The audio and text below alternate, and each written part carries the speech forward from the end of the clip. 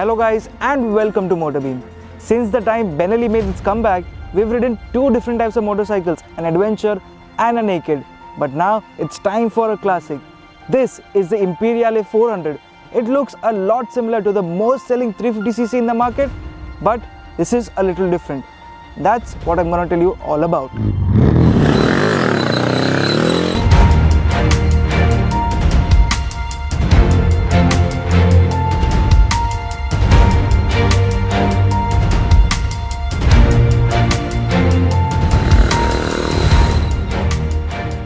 Let's talk about design. The styling is very simple. It's got round headlights, round indicators, spoked wheels, telescopic suspension, and for the namesake of body panels, it's just got a front mudguard, rear mudguard, and a teardrop tank. It's got a single piece handlebar with chrome mirrors, a split seat setup, and the overall design is retro yet simple. There are no LEDs on offer for the tail light or even for the indicators. They make do with halogen bulbs. For the first time ever in a retro classic motorcycle, I like my point of view because this instrument cluster is quite nice. Although we are hungry for digital consoles, this one is an analog plus a digital unit. The dual analog ports include the tachometer and the speedometer, while rest of the details are included in a tiny digital space.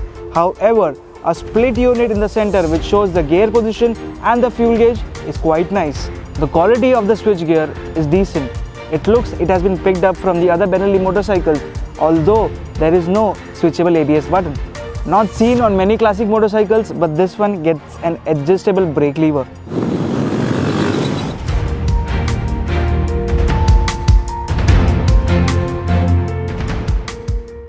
The last time we saw a single cylinder motorcycle, it was in the TNT 25, but this time around Benelli has does it again in the Imperiale.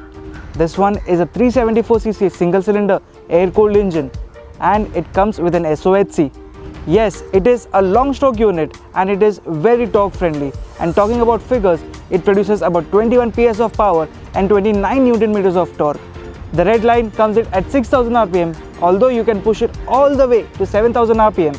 There is although a sweet spot which comes in at 4500 RPM, and that is where the throttle response becomes very peppy. This motor has a very sweet low end and a very strong mid-range, although it lacks out in the top end. But you can push this motorcycle all the way to 120 km/h and this one won't break a sweat.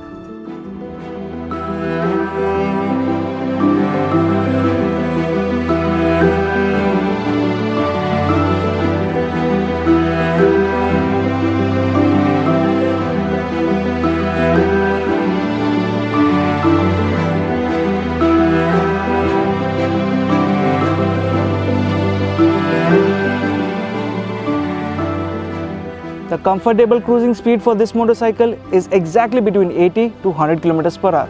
There is no noise from the engine and this motor does not feel that harsh. The exhaust note does not have a thump, but it is quite bassy.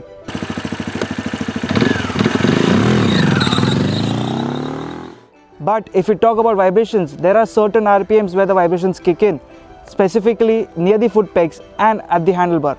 At the cruising speed, the vibrations don't bother much. But if you whack open the throttle, it feels that the engine is running out of breath and it takes a little time to build up. The clutch isn't heavy and the gearbox is slick shifting, but it only gets a 5-speed gearbox, which seems a little less for this motorcycle. The overall performance is quite likable and the heat management is pretty good too, but with a little more oomph, this motorcycle could do wonders.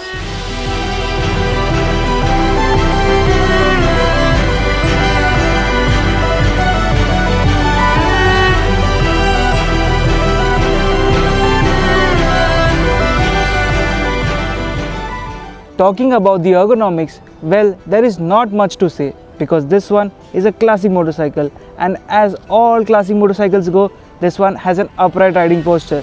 The foot pegs are front set, the seat is comfortable, it's a split seat unit.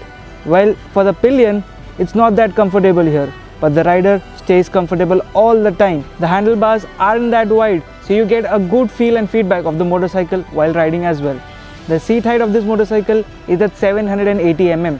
This makes it quite accessible for all kind of riders. To lock your knees, there is a rubber grip right on the tank and that comes in quite handy as well. The mirrors offer a good view of what's behind as they are wide and in a different shape. But As soon as the bike vibrates, they vibrate too, and you cannot see what's actually behind. The Benelli Imperiale 400 gets a double cradle chassis which makes it quite stable in the corners as well as during the straights. It gets 41mm telescopic forks at the front and preload adjustable suspension at the rear. It gets a 100 section front tire and a 130 section rear tire. This, coupled with a 19-inch front wheel and an 18-inch rear wheel, the overall character of the motorcycle is quite nice as well as the ride quality. Taking a U-turn might also be a task because lock-to-lock angle, or I can say the turning radius, is not that big. This motorcycle gets a dual channel ABS setup paired with a 300mm front disc and a 240mm single disc. The overall feedback is decent, but the initial bite is lacking.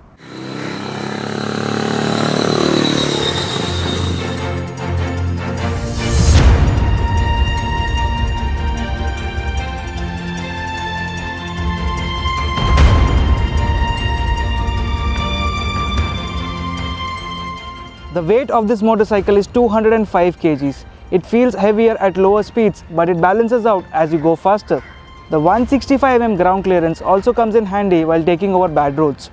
I know I've said this quite a few times, but it is again the word comeback, because after the comeback, this is the first motorcycle that Benelli has launched which comes under 2 lakh rupees. This motorcycle is a proper competitor to the Royal Enfield Classic 350. While it comes a shy 10,000 more, it makes it worth it with the extra hardware, just like the instrument cluster and the overall build quality. The only gripe I have with this motorcycle is not with this motorcycle, it is with the sales and service network.